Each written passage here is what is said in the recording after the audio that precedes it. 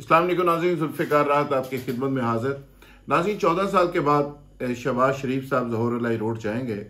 ये वही ज़ोहर अलाई रोड है जहाँ पे शहबाज शरीफ साहब, उनके वालिद मोहतरम और नवाज शरीफ साहब, इसहाक़ साहब बाकायदगी के साथ जाया करते थे और चौधरी बरादरान के साथ एक दोस्ताना मरासम के साथ साथ एक ख़ानदानी ताल्लुक़ था और वही ताल्लुक़ आगे चल के एक सियासी दोस्ती में और भाईचारे में तब्दील हुआ और एक अरसे तक दोनों ख़ानदान मिलकर सियासत करते रहे।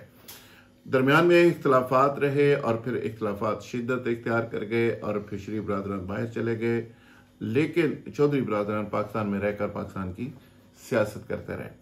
14 साल के बाद शहबाज शरीफ साहब ज़ोहर अलाई रोड पर जाएंगे, शहजाद साहब से मिलेंगे, परवेज़ अलाई साहब से मिलेंगे और मोहनस अलाई और दीगर जो चौधरी बरादरान के फैमिली के लोग हैं, जो फैमिली के सरकर्दा लोग हैं और उसके साथ साथ जो पार्टी के सरकर्दा लोग हैं, कामल अली आगा, तारिक बशीर चीमा, वो सारे के सारे वहाँ पे मौजूद होंगे। फजलुर रहमान साहब आज चौधरी बरादरान के घर जा रहे हैं। बेज़ाहिर ये मुलाकातें जो चल रही हैं वो चौधरी शहजाद साहब की इयादत के नाम पे ये एक नई सफ़बंदी हो रही है और जिसमें अपोजिशन चौधरी बरादरान को अपना हम नवा बनाने की कोशिश कर रही है ताकि हुकूमत के खिलाफ जो तहरीके अदम इत्माद का मामला है उसको आगे बढ़ाया जा सके। दूसरी तरफ हुकूमत क्या हिकमत अमली तय कर रही है और अपोजिशन PDM के प्लेटफॉर्म से क्या हिकमत अमली तय कर रही है, ये आज का मौजू है और बड़ी इंपॉर्टेंट इस पर इंफॉर्मेशन है जो आपसे शेयर करने वाला हूँ। सबसे पहले तो यह है कि शहबाज शरीफ साहब की गुफ्तगू चौधरी बरादरान से टेलीफोनिकली हो चुकी है। हमजा साहब ऑलरेडी मोहनस अलाई साहब से बार बार रब्ते कर रहे हैं और चौधरी बरादरान को कहा जा रहा है कि जी आप हमारा साथ दें। ये पहले भी चौधरी बरादरान को ऑफ़र की जा चुकी थी कि पंजाब के अंदर अगर चीफ मिनिस्टरशिप भी आपको चाहिए तो आप देने को तैयार हैं, लेकिन PTI का आप हिस्सा ना बने। लेकिन चौधरी बरादरान PTI का हिस्सा बन गए और उस वक्त भी चौधरी शहजाद हुसैन ने स्टैंड लिया था। उन्होंने कहा था कि हम अनकंडीशनल PTI का साथ दे रहे हैं मुल्क और कौम के लिए, तो वो PTI का हिस्सा बन गए और नवाज लीग को मायूसी हुई और उसकी एक बुनियादी वजह ये भी थी कि नवाज लीग की अक्सरियत होने के बावजूद उनको हुकूमत बनाने का मौका इसलिए नहीं मिला कि उनको ग्रीन सिग्नल नहीं मिला। जहाँ से ग्रीन सिग्नल वो चाह रहे थे वो ग्रीन सिग्नल नहीं मिला, ग्रीन सिग्नल PTI को मिला और PTI की गवर्नमेंट बन गई। अब नून लीग दावा कर रही है कि ग्रीन सिग्नल उनको मिल गया है और वो रस्में पूरी कर रहे हैं। चौधरी बरादरान के घर जा रहे हैं, ज़रदारी साहब को मिल रहे हैं, फजल रहमान साहब आ रहे हैं, MKM से मिल रहे हैं और बाकी लोगों से मिल रहे हैं। तो ये एक रस्मी कार्रवाई हो रही है, ग्रीन सिग्नल मिल गया है पंजाब के अंदर और फेडरल के अंदर हुकूमतें बनाने का और इमरान खान साहब को घर भेजने का।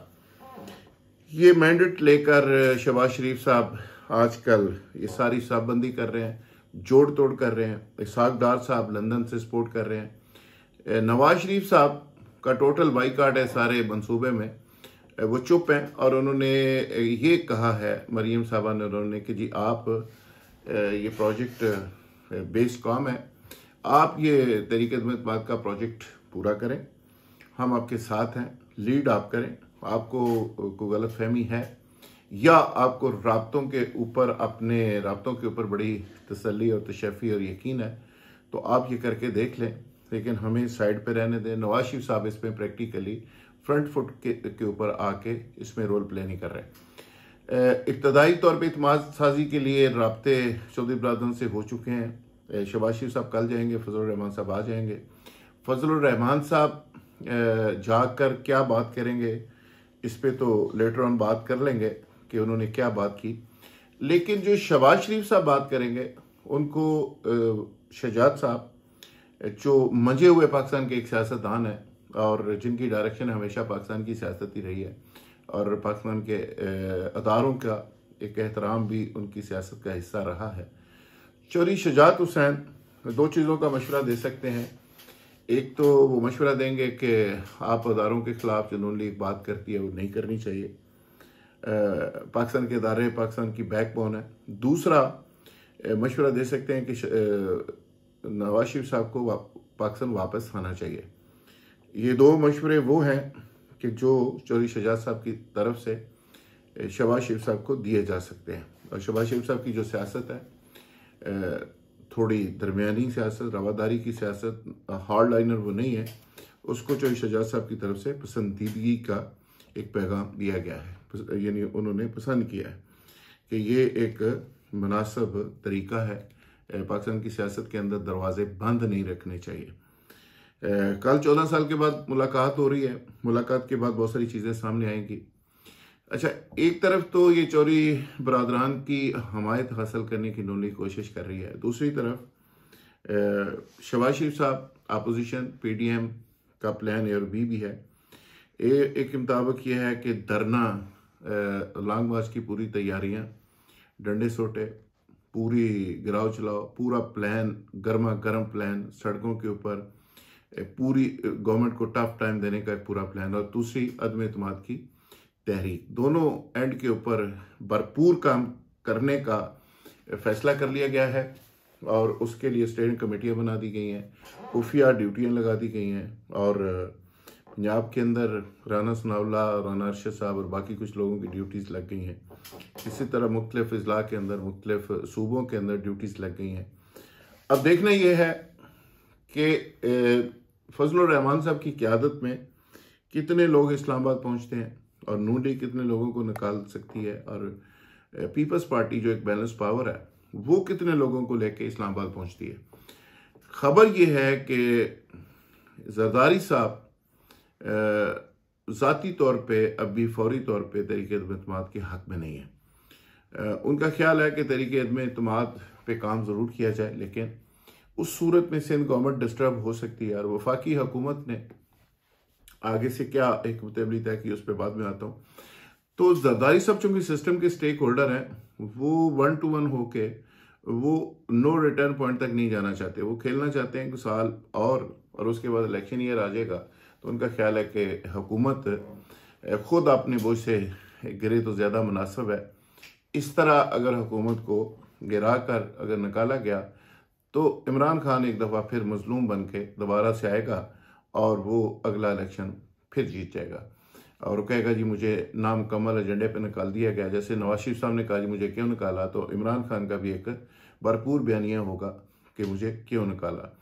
और इमरान खान का जुर्म जो है वो नवाज शरीफ से काम इसलिए है कि उनके ऊपर बराह कोई करप्शन के इल्ज़ाम नहीं होंगे, और ऐसा शख्स जब इलेक्शन में जाएगा और जिसकी इंटरनेशनली फॉलोइंग भी है और ओवरसीज उसके साथ है, और कुछ बड़े मैटर करने वाले लोग भी साथ हैं, तो फिर इमरान खान एक बड़ी मूवमेंट बना सकता है। करोड़ पुलर वो पहले से है, तो लिहाजा इमरान खान एक अजीबोगरीब सिचुएशन 2023 के इलेक्शन में पैदा कर सकते हैं। ये जरदारी साहब का एक पूरा थीसिस है, तो लिहाजा सोच समझ के आगे बढ़ना चाहिए। लेकिन शहबाज शरीफ साहब समझते हैं कि फौरी तौर पर हुकूमत को घर जाना चाहिए, और फजलुर रहमान साहब भी कहते हैं कि हुकूमत को फौरी तौर पर घर जाना चाहिए। अच्छा, ये तो है कि जो गवर्नमेंट जिस तरह से चीज़ों को प्लान कर रही है, जिस तरह अपोजिशन चीज़ों को प्लान कर रही है। दूसरा मामला है गवर्नमेंट साइड के ऊपर। गवर्नमेंट साइड के ऊपर मैंने कल ही एक वीलॉग किया था जिसमें कहा था शहबाज शरीफ साहब,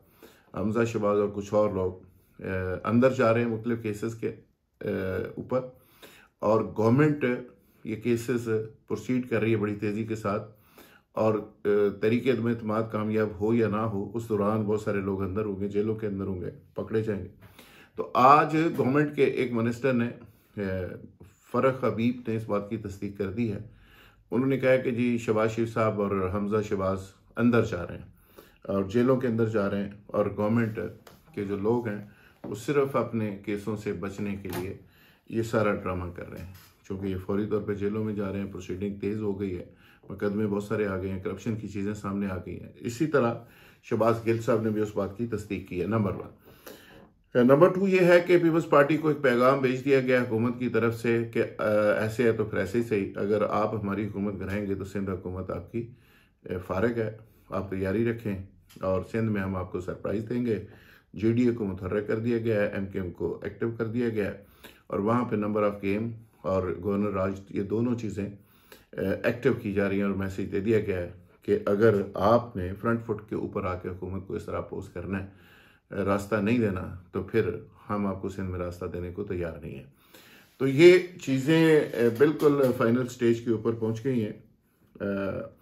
आने वाले कुछ 36 घंटों में चीज़ें और वाज़ेह हो जाएंगी और उसके बाद आम आदमी या आम तजियाकार या आम थोड़ी बहुत इन्फॉर्मेशन रखने वाले लोग भी समझ सकेंगे कि चीज़ें किस तरफ जा रही हैं। सरदस्त हुकूमती ऐवानों से मिलने वाली जो खबर है वो पूरे पुरामीद हैं। बनी गाला के बड़े साहब वो कहते हैं कि जी मुझे कोई ख़तरा नहीं है, मेरे अलावा कोई ऑप्शन नहीं है और मैं कहीं नहीं जा रहा और तहरीक एतमाद अगर आएगी तो नाकाम होगी, कामयाब नहीं होगी और जब नाकाम होगी तो अगला 1.5 साल पर अपोजिशन सुकून से घरों में बैठेगी।